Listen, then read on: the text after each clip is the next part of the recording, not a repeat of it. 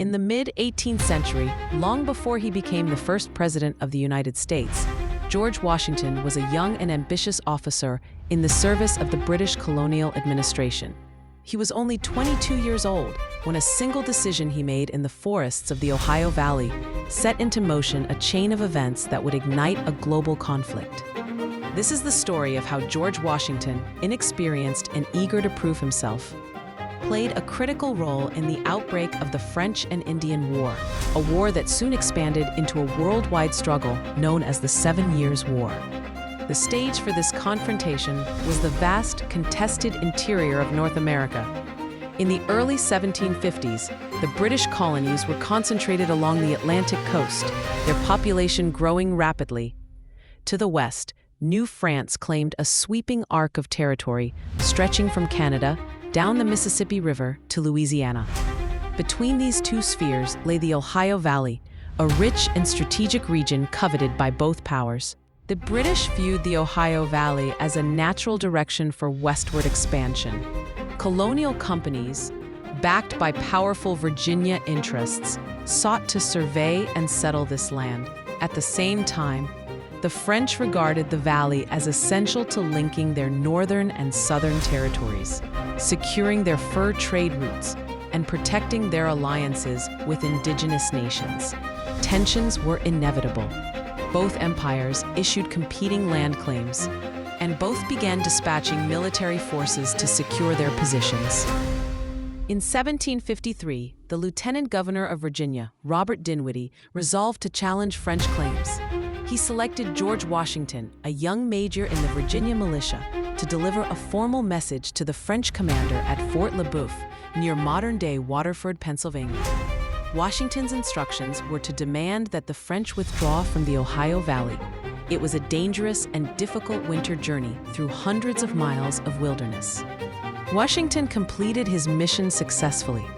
He met with the French commander, who courteously but firmly rejected the British demand, stating that the Ohio Valley was part of New France and that French forces would remain. Washington returned to Williamsburg with his report, which was quickly published and circulated throughout the colonies and Britain. His performance earned him some recognition and set the stage for his return to the frontier. By the spring of 1754, Dinwiddie decided to assert Britain's claim more forcefully. He commissioned a small force of around 160 men under Washington's command to march into the Ohio Valley and build a fort at the forks of the Ohio, the strategic junction of the Allegheny and Monongahela rivers, where the city of Pittsburgh stands today. Control of this point would give the British a decisive foothold in the region. However, when Washington's detachment approached the site, they discovered that the French had beaten them to it. A large force had already constructed a substantial stronghold, Fort Duquesne. Realizing he could not take the fort by force, Washington withdrew about 50 miles southeast and hastily erected a smaller defensive structure, which he named Fort Necessity.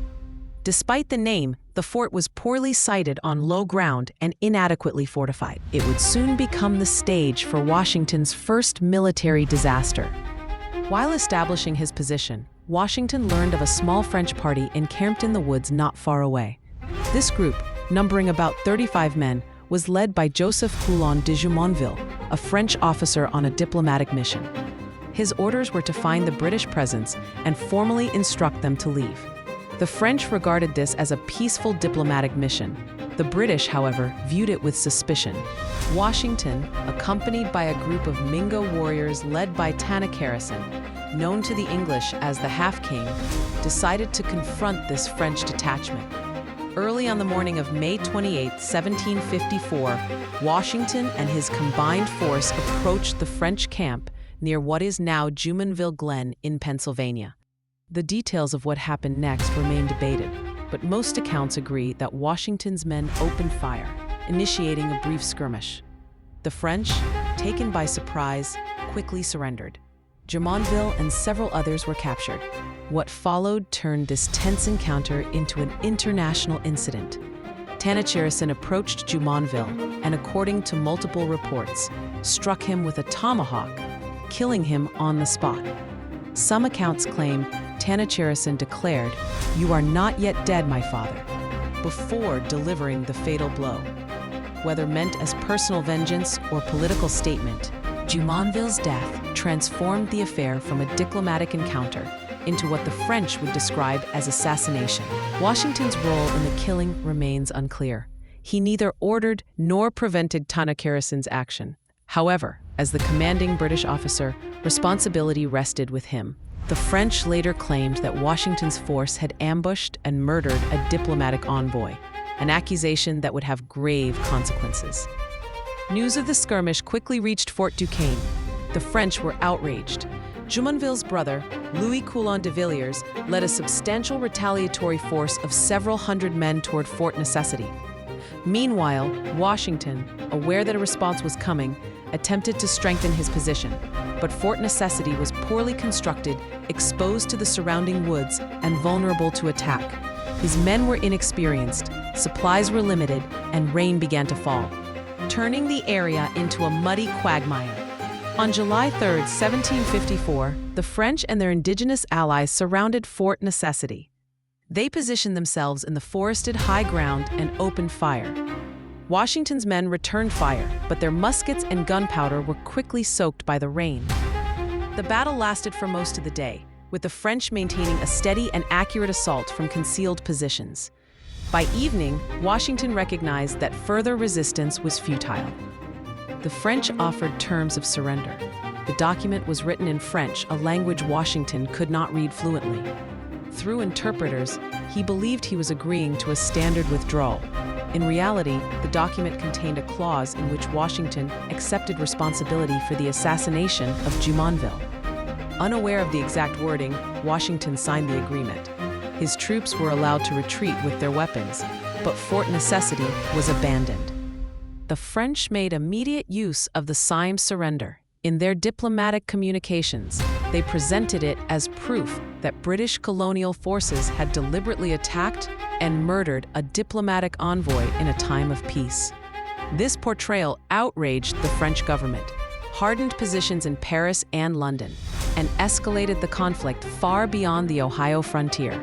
In the following months, both Britain and France increased their military presence in North America. Skirmishes along the frontier multiplied.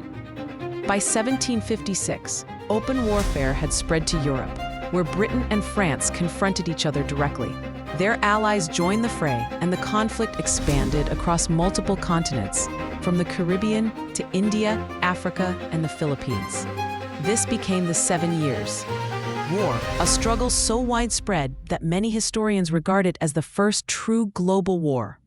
The consequences of Washington's early actions were immense. The war would ultimately redraw the map of North America. Britain emerged victorious, gaining control of vast French territories east of the Mississippi River. But the costs of the war were enormous. Britain's national debt soared, leading to new taxes on the American colonies. These taxes and the political disputes that followed sowed the seeds of the American Revolution, an upheaval in which Washington would return to the stage, this time as Commander-in-Chief of the Continental Army. For Washington personally, the Jumonville affair and the defeat at Fort Necessity were formative experiences. They marked his first exposure to the complexities of international diplomacy, indigenous alliances, and European warfare on North American soil. The humiliation of signing the surrender document and the lessons of that ill-fated campaign would shape his approach to leadership for the rest of his life. In May 1754, George Washington's ambition and inexperience collided with the geopolitical tensions of the age. A single encounter in the forests of Pennsylvania set off a chain reaction that spanned continents.